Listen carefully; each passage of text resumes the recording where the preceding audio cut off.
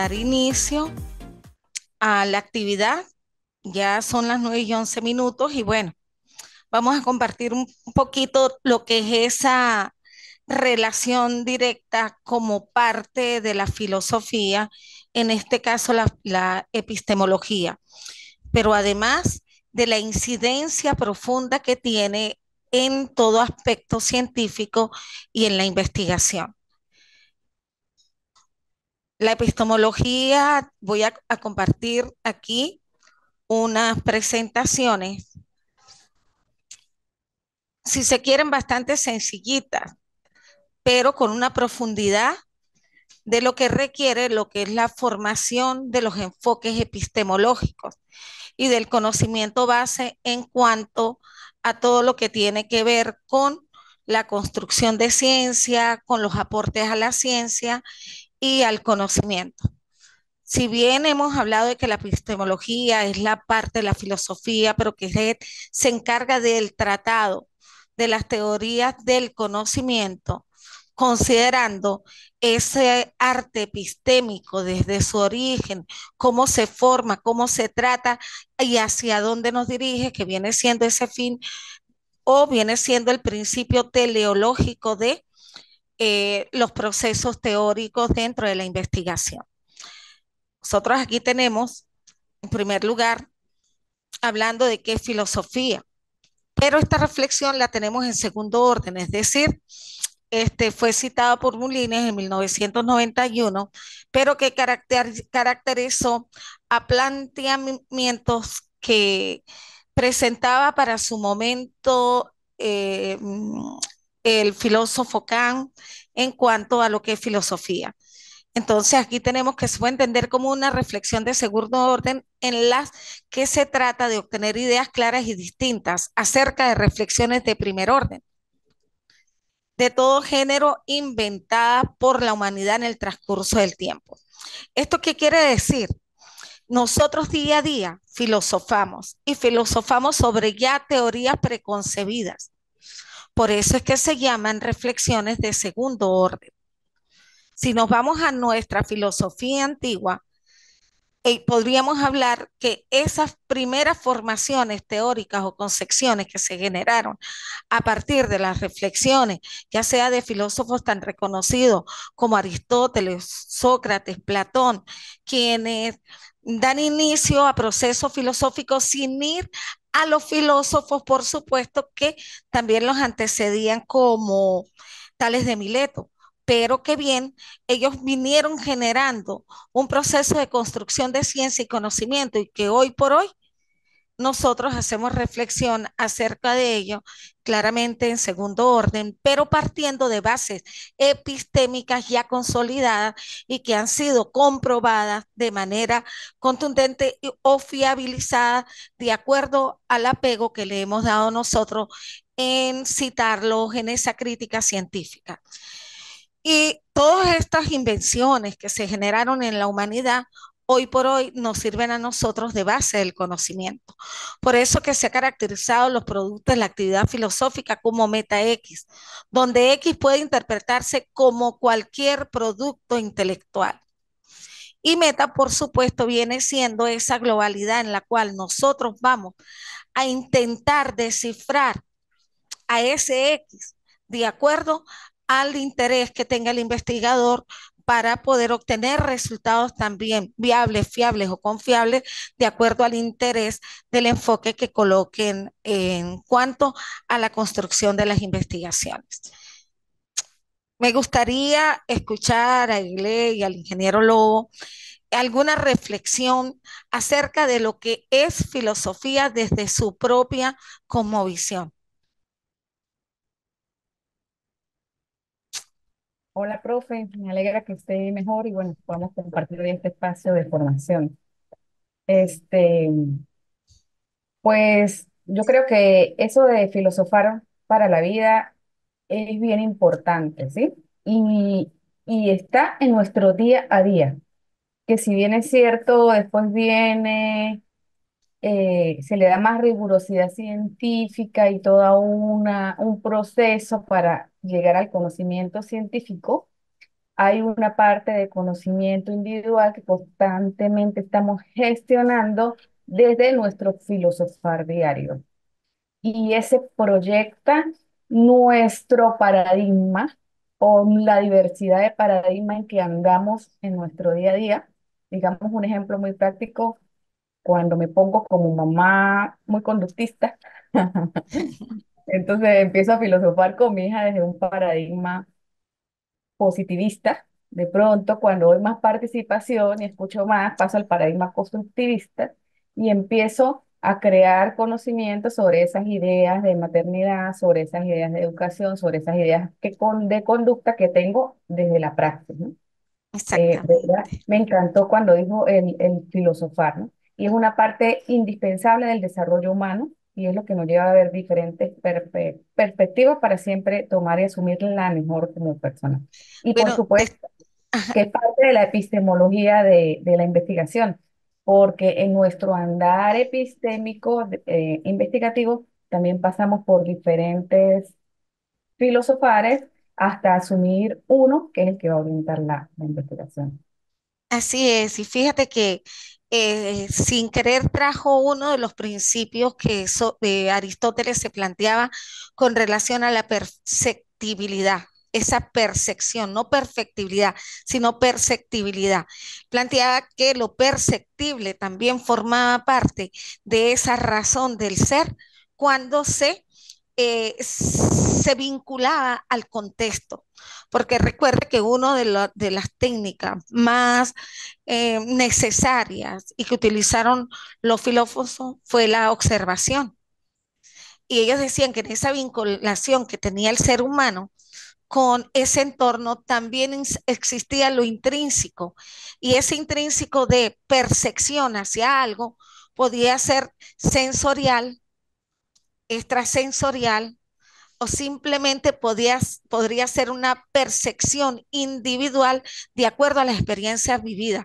Hasta el sueño podría ser un proceso de percepción sobre algo. Y lo nombraste y me remontó a cuando estuve en los estudios de filosofía, que uno de los principios aristotélicos era el planteamiento, lo perceptible, a esa realidad o contextual. Y claramente, desde las reflexiones, como lo estamos haciendo en segundo orden, Egle, podemos encontrar y notar que a partir de muchas de las teorías que se dan en la vida cotidiana, como lo decía, nosotros filosofamos en el día a día, llegamos a reflexiones profundas. Lamentablemente no las exteriorizamos a un conglomerado y a veces se quedan solo en un pequeño círculo, pero que pueden ser tan válidas y tan fiables como cualquier otra percepción que en un momento determinado pudo haber hecho un filósofo. Fíjese que ellos nacieron y se reunieron en grupos, en círculos, para poder seguir construyendo ciencia, y a partir de discusiones. Cada uno tenía su propio punto de vista o ideario filosófico, pero que fueron muy respetados, porque a la larga nos dimos cuenta que parte de todo aquello, aún hoy, la ciencia los toma como referentes. Aquí tenemos algunos elementos de lo que, es lo que son los aspectos fundamentales de la reflexión filosófica sobre la ciencia.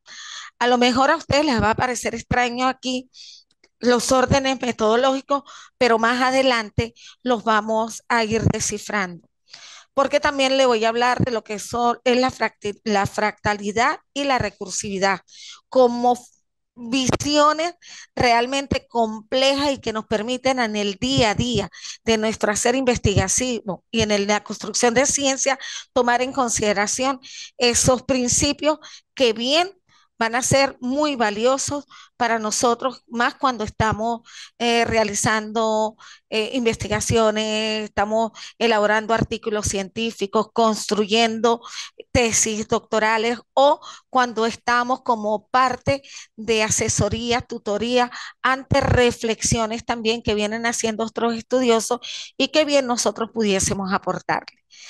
los aspectos fundamentales, la reflexión filosófica sobre la ciencia, tenemos lo metodológico, lo ontológico y lo lógico semántico. En cuanto a lo metodológico, cómo abastecerse de guías para elaborar ciencia. Tenemos la metodología de primer orden, metodología de segundo orden y la metodología de tercer orden, que las vamos a ir descifrando posteriormente, al igual que la ontología, con las características del ser desde esa vinculación a la realidad, y cómo podemos también descifrar el ser desde diferentes posturas. Tenemos también la ontología de primer orden, la de segundo orden y la de tercer orden. Y aquí, de esta manera, también tenemos lo lógico semántico, que viene siendo esa lógica de las teorizaciones de primer orden, segundo orden y tercer orden. Cuando hablamos de esas teorizaciones, sabemos que cuando nosotros, ejemplo, hacemos una cita sobre un autor, que él es el originario de esa idea, nosotros podemos hablar de que estamos haciendo una cita de primer orden. Luego la del segundo orden es cuando, eh, cuando Serrano cita a Lobo. Y las de tercer orden así sucesivamente cuando Méndez cita a Serrano y cita a Lobo. Así sucesivamente, eso nos va a permitir a nosotros que todas estas reflexiones podamos dar a entender a aquellos lectores de nuestras investigaciones de dónde surge una reflexión en la cual nosotros estamos apuntalando que se dio por un origen o un autor originario y que posteriormente fue reflexionada por otros autores, y nosotros también somos parte de esa reflexión semántica de tercer orden. Seguidamente, aquí sí les voy a hablar de lo que es fractal y recursividad, pero si hay alguna pregunta en lo anterior, escucho, profe Gle, o vamos después cuando lleguemos a las reflexiones. Sí, bien. Doctora Gle, ayúdeme aquí a leer, y ya les voy a mostrar los ejemplos. Voy. Fractal. Un fractal es una figura que puede ser espacial o plana, formada por componentes infinitos. Su principal característica es que su apariencia y la manera en que se distribuye estadísticamente no varía, aun y cuando se modifique la escala empleada en la observación. Observación. Es así, son figuras que las puedes observar desde un punto determinado y tienen una profundidad en las cuales ellas se van repitiendo, repitiendo, repitiendo infinitamente. Y como bien lo dice allí, no importa si el plano en el que se estableció o la apariencia pueda ser modificada por la escala empleada, no importa, porque igual ellas van a seguir repitiéndose de la misma manera. Son repeticiones infinitas que se generan. Ya les voy a mostrar algunos ejemplos de ellas. Y recursividad, Voy. Se llama recursividad a un proceso mediante el que una función se llama a sí misma de forma repetida hasta que se satisface alguna determinada condición. El proceso se utiliza para cierra. computaciones repetidas en las que cada acción se determina mediante un resultado anterior. Se puede escribir de esta forma muchos problemas interactivos. Muy bien, Eglea. Esa es la recursividad, ese proceso en la cual se da también de la forma repetida. Pero, ejemplo, usted está haciendo un planteamiento del problema, hizo una reflexión, una vinculación y pudo descifrar algunos elementos. Y se da lo recursivo cuando, dejando la base que lo constituyó, tanto en sus causas, tú tomas un elemento de él y sigues estudiándolo para tener resultados que van a ser fundamentales en esa base del problema. A eso es lo que le denominamos recursividad. Vamos ahora, Egle, a mostrarles ejemplos de fractales. Se puede dar cuenta que hay una figura en la cual se va Ah, repitiendo. Aquí se cierra el ángulo del cuadro, por murciélago. supuesto, pero igual, si tú lo vas abriendo, igual la figura se va repitiendo infinitamente, infinitamente. Aquí, Eso como es puedes, fractal o eso es recursividad. no, eso es fractalidad, porque lo recursivo Fractal, puedes tomar un elemento de eso para seguir repitiendo, pero tomando repitiendo. elementos que pertenecen a la base. Y la Ajá, recursividad, por ejemplo, también se permite visualizarse cuando hay una base que supongamos que pueda estar aquí, en este lado donde estoy señalando aquí con ya va, aquí. Y se puede dar cuenta que viene aquí, pero el ejemplo más exacto de recursividad se lo voy a mostrar al final.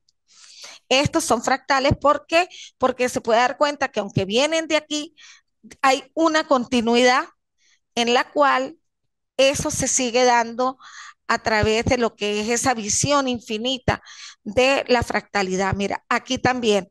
Y claro, aquí lo vemos como ángulo cerrado, pero en la medida en que ya se va ampliando, va obteniendo la misma visión. Nos podemos dar cuenta que este mismo elemento continúa, pero esa magnificencia de la profundidad no va perdiendo, pero es el mismo objeto que se repite infinitamente hacia el fondo. Hay distintas maneras de visualizarlo, pero por donde lo visualice es el mismo objeto. Esto aquí podemos visualizar también esto como esto sí es un punto de recursividad, porque fíjese que hay una base como tal y aquí nosotros podemos darnos cuenta que estos elementos que están aquí pretenden ser parte de esa base que tenemos allí como imagen. Esto es fractalidad. Aquí, mira, aquí hay algo de recursividad. Y si tú volteas la imagen queda exactamente igual por donde la veas. Entonces, ¿por qué es importante la recursividad y la fractalidad dentro de los procesos de investigación? Porque el conocimiento no tiene fin. El conocimiento siempre está en constante descubrimiento. Por eso uno de los perfiles de los principios heurísticos es el constante descubrir de nuevas cosas que parten de una base, ya sea de un paradigma, que eso es lo recursivo, y que se van generando nuevas formas de pensar, pero partiendo de una base. Y por eso que lo recursivo dentro de los paradigmas es fundamental, porque pueden surgir nuevos paradigmas, pero con una base conceptual. Que ejemplo, cuando nosotros hablamos del conductismo, cuando tú me estabas hablando hace rato de lo conductual, ese fue un paradigma que emergió y a pesar de todo aún se mantiene, pero de allí surgieron nuevos paradigmas y nuevas teorías del aprendizaje, como el constructivismo, lo cognitivo, lo metacognitivo, entre tantas otras que siguieron apareciendo, pero su base real parte del conductismo. Se dieron cuenta de las falencias que podían existir en el conductismo y generaron otras maneras de ver cómo podría construirse aprendizaje que fuese un poco más flexible. Entonces, a eso es que me refiero. No podemos apartarnos de ello. Mira, si observamos nos podemos dar cuenta que hay un punto infinito aquí. Hay un punto infinito. Por más que lo mires, tiene una profundidad que se va hasta el infinito. Esos fractales no vamos a tener fin. ¿Por qué? Porque van a tener continuidad permanente. Aquí, ahora sí vamos a partir nuevamente. Quería colocarle esos ejemplos de la ciencia como objeto de estudio de la filosofía. Y es que efectivamente la filosofía es la base de todo proceso de conocimiento y que nos permite a nosotros no mantenernos estáticos.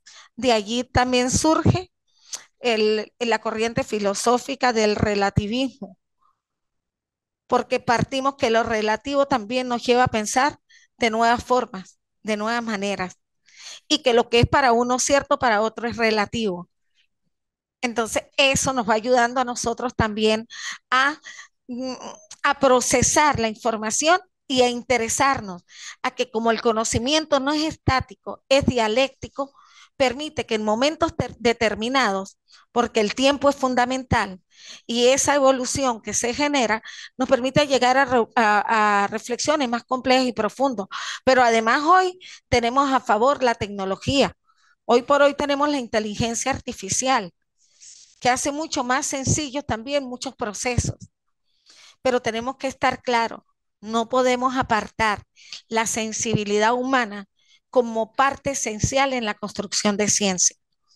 Porque si bien como hombres hemos generado la construcción de máquinas que pueden pensar más rápido que nosotros, significa que quien las construyó fue esa humanidad, y por lo tanto el ser humano tiene que seguir manteniendo la esencia en la construcción de la ciencia, y que aunque nos apeguemos y de pronto querramos ser un poco más cómodos porque las tecnologías nos permitan a nosotros obtener elementos, software que nos facilitan algún trabajo, eso no significa que nosotros tenemos que dejar de lado esos criterios propios, reflexivos acerca de la ciencia y del conocimiento, y sobre todo esa condición humana que nos caracteriza, que es la acción filosofal.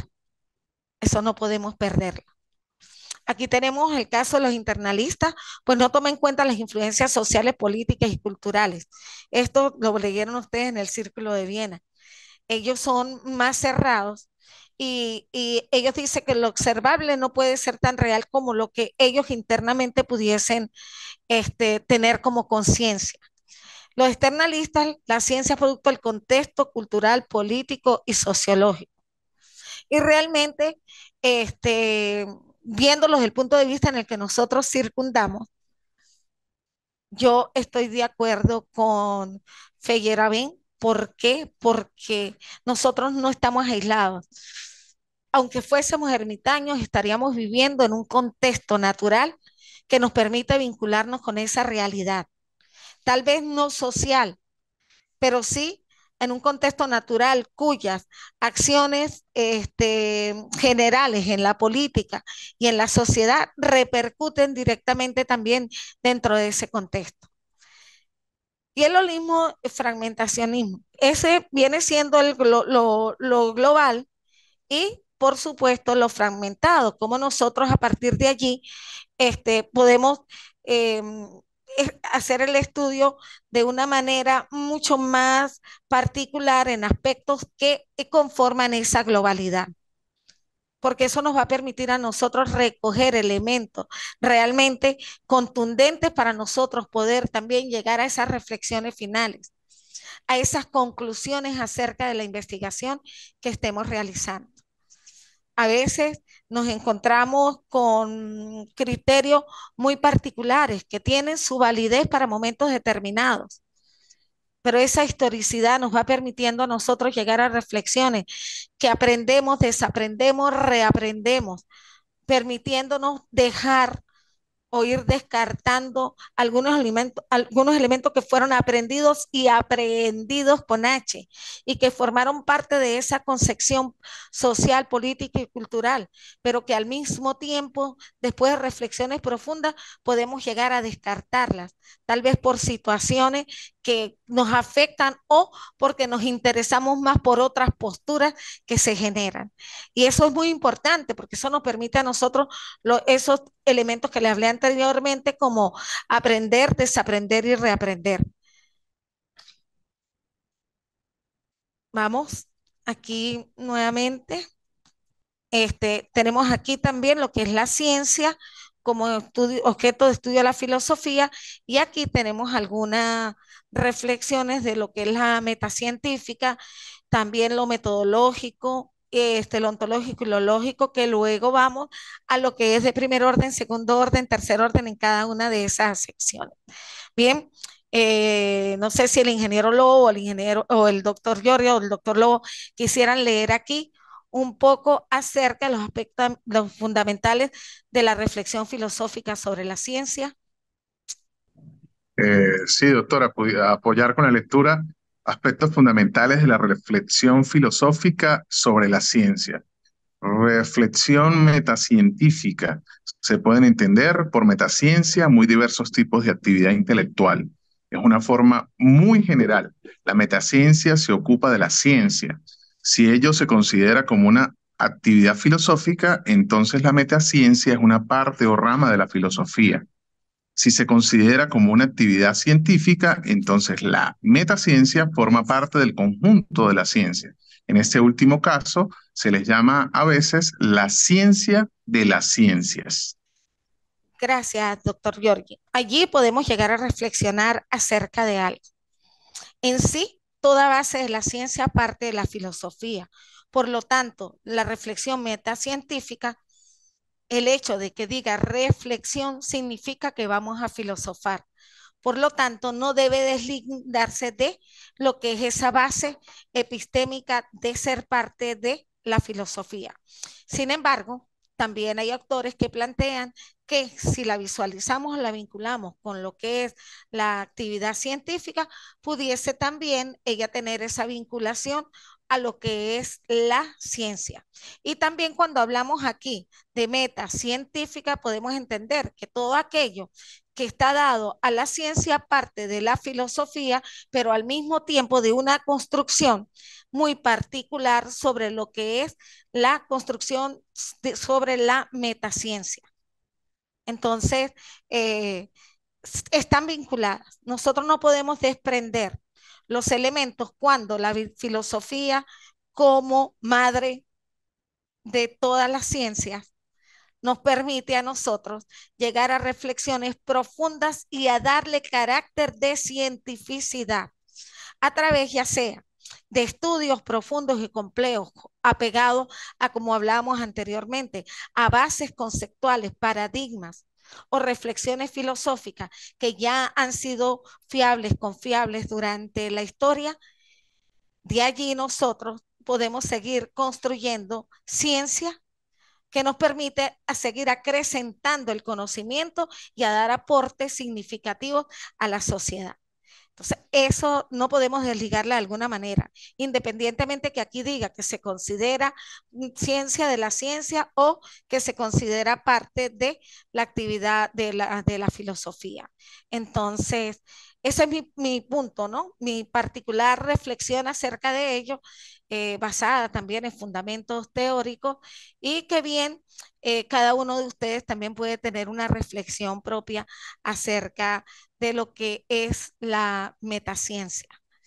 Si tienen alguna Doctora, opinión, ajá, dime. sí, ya es una opinión y más que todo una pregunta para orientación. Resumiéndolo o tratando de simplificarlo para que sea más consumible, uno podría afirmar entonces que esa metaciencia es utilizar las herramientas de esa metodología científica para estudiar la propia ciencia.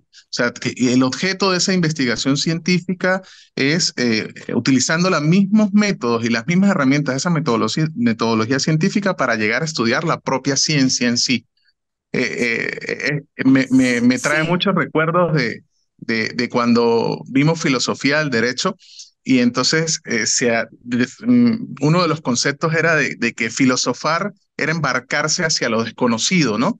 Era seguir navegando hacia ese punto que no conocemos y otro de los conceptos es el de que filosofar es sumergirse en cada palabra, entender de que cada una de las palabras que generan conocimiento, pues tienen su razón de ser y están allí presentes gracias a un estudio lógico, metodológico y por supuesto filosófico. sí, Georgie, muy Ay, bien la reflexión y es precisamente, es parte de lo que tú has dicho, es parte fundamental dentro de lo que es tanto construcción de ciencia, estudio de la ciencia y que a partir de ese estudio nosotros podemos generar aportes. Cuando hablas de filosofar hacia lo desconocido, también. ¿Por qué? Porque estamos encontrando una nueva visión filosófica acerca de algo, pero tiene que ser esta misma, tiene repercusiones. ¿Por qué? Porque si no es comprobado o fiabilizado, significa que se queda en una postura propia acerca de esa reflexión a lo desconocido. a ese encuentro de lo desconocido. Pero si partimos de bases fundamentales, que también se vale filosofar, entonces estamos reflexionando acerca de algo y también estamos generando posturas particulares acerca de esas bases semánticas que ya fueron propuestas y que fueron fiables o confiables de acuerdo al método o el enfoque a utilizar. Y es eso, nosotros utilizamos el método para nosotros poder llegar a abordar y obtener resultados. Y eso que planteaste claramente forma parte de esa reflexión metacientífica. Gracias, Jorge. ¿Alguna otra más? Continuamos. Bien, aquí tenemos aspectos fundamentales. Tenemos el metodológico, abastecedora de las guías para hacer ciencia. ¿Qué significa? Que hay una serie de pasos que nosotros vamos desarrollando a través de ya sea del método científico, que es hasta el momento el más fiable, y que todas las disciplinas y que todos los enfoques, independientemente del que sea cualitativo o sea cuantitativo, se fundamenta en el método científico para el desarrollo de las investigaciones. Tenemos también el ontológico, esas categorías ontológicas de claridad, precisión y aplicabilidad. Recordamos que esto parte de la esencia del ser hacia todo lo que tiene que ver la observación contextual y todas las intenciones individuales particulares que pueda tener acerca de una temática, de un hecho, de un evento o un fenómeno que se haya realizado.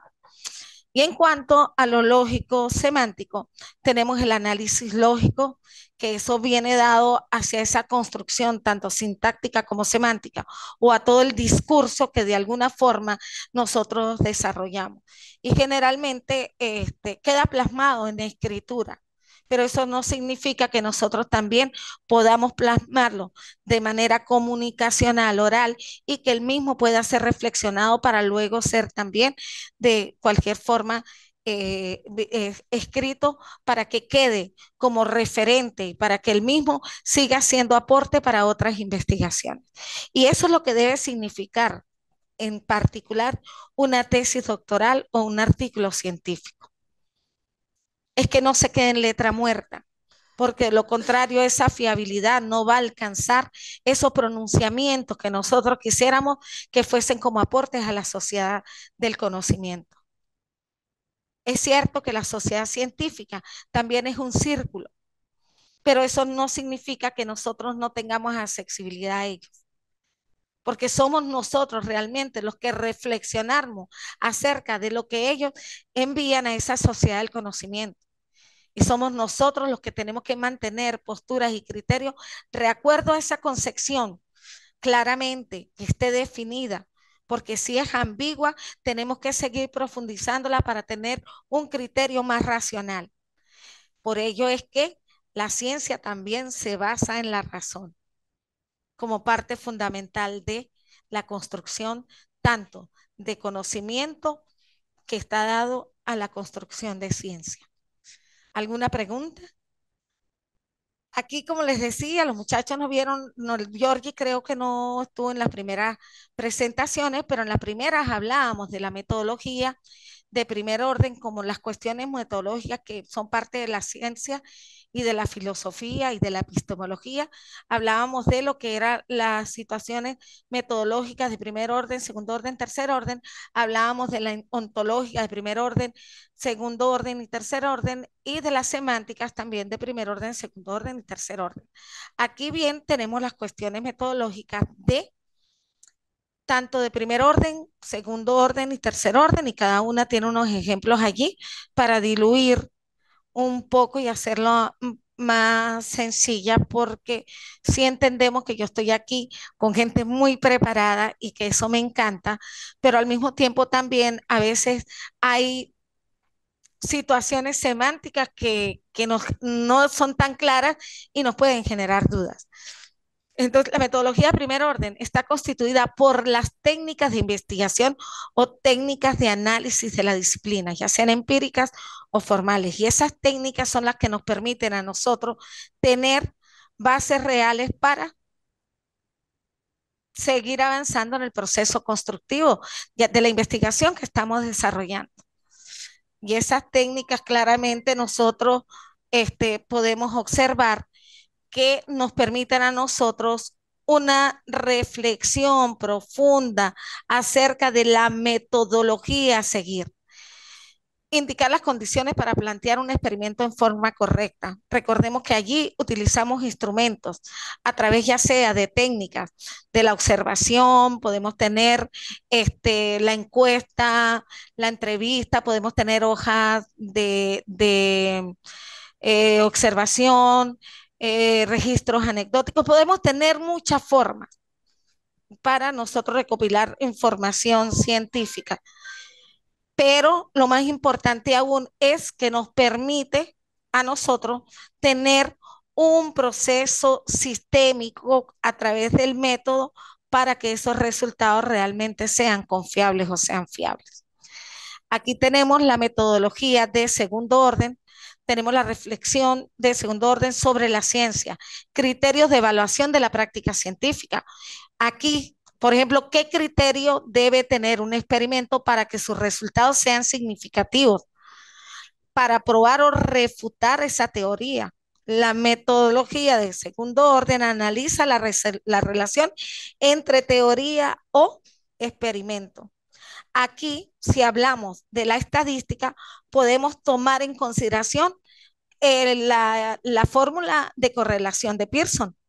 Allí nosotros estaríamos estableciendo una relación entre los resultados que estamos obteniendo de ese experimento como las teorías que bien están establecidas y que son parte de esa fundamentación.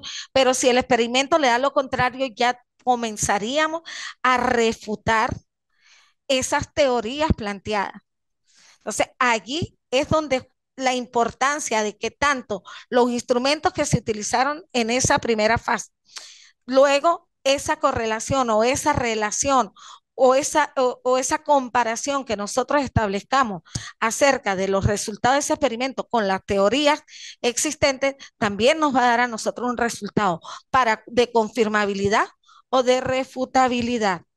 Entonces, eso es la importancia que tiene de que apliquemos nosotros esas teorías. Otro de la metodología de tercer orden, evaluación de la maquinaria conceptual desde la filosofía de la ciencia. Plantea los criterios metodológicos para decidir qué aparato matemático de la estadística más conveniente para la teoría científica. Les había dado un ejemplo por ejemplo, el de la correlación de Pearson. Reflexión sobre los principios no comprobables empíricamente y se llega a las leyes científicas por un proceso del método de inducción o deducción. Allí tenemos nosotros entonces que partimos, en este caso, se hace desde la particularidad a la generalidad o de la generalidad a la particularidad. Esos métodos siempre van a estar presentes cuando nosotros estamos desarrollando investigaciones y más cuando llegamos a reflexiones profundas que nos van a permitir a nosotros un conglomerado de criterios en los cuales tenemos que comenzar a descartar o a seleccionar. Bien, ¿hay alguna con la anterior? Vuelvo aquí por si hay alguna pregunta con el anterior. ¿La hay o no? ¿No? Bien, excelente. Gracias, profe Gle. Entonces nos vamos aquí. Aquí tenemos las cuestiones ontológicas, también la ontología de primer orden, determinar las unidades mínimas sobre las que se construyen las leyes y las teorías. Eso nos permite a nosotros como investigador comenzar a seleccionar las leyes que estamos estudiando acerca de la temática como las teorías.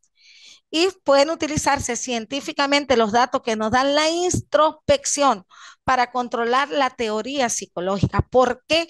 Porque es el ser el que está aquí presente, haciendo ese proceso reflexivo. Esto nos permite a nosotros también que seamos un poco objetivos dentro de esa subjetividad que como humanos nos vincula y nos compete. Entonces, allí nos llaman también a reflexionar un poco, a tener ese control emocional al momento de nosotros manifestarnos acerca del estudio que estamos haciendo y al mismo tiempo acerca de las reflexiones, tanto de las leyes como de las de teoría, que sean determinantes dentro de la investigación que estamos desarrollando. También tenemos la de segundo orden, explicita las categorías que el filósofo de la ciencia va a utilizar. El ejemplo, todo elemento teórico de una teoría científica ha de tener una contrapartida en el mundo real. Y allí es donde nosotros vamos, parecido al metodológico, cuando nos habla de comparar, aquí nos venimos nosotros también a que existirán teorías que refutan esa teoría y por lo tanto también tienen que ser analizadas. No podemos dejarla de lado porque nos impide tener una reflexión compleja y real. Aquí tenemos las cuestiones lógico-semánticas, pues aquí en la relación entre lógica o teorización de primer orden. Ejemplo, ¿es suficiente la lógica clásica para un discurso riguroso de la ciencia? Allí nos preguntamos. La lógica clásica nos permite a nosotros retomar desde una forma muy objetiva los elementos que bien vamos a determinar, ya sea para reflexionar sobre la ciencia. Apenas comenzó a grabar, voy a repetir. Aquí Egle, las cuestiones lógicas semánticas habla sobre la relación lógica de la autorización en primer orden.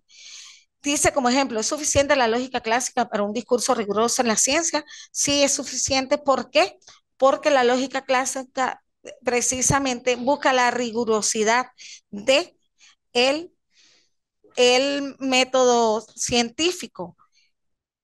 Y, ay, discúlpeme, es que, la rigurosidad del método científico, pero al mismo tiempo, visualiza lo que son los procesos de construcción desde un punto de vista muy objetivo.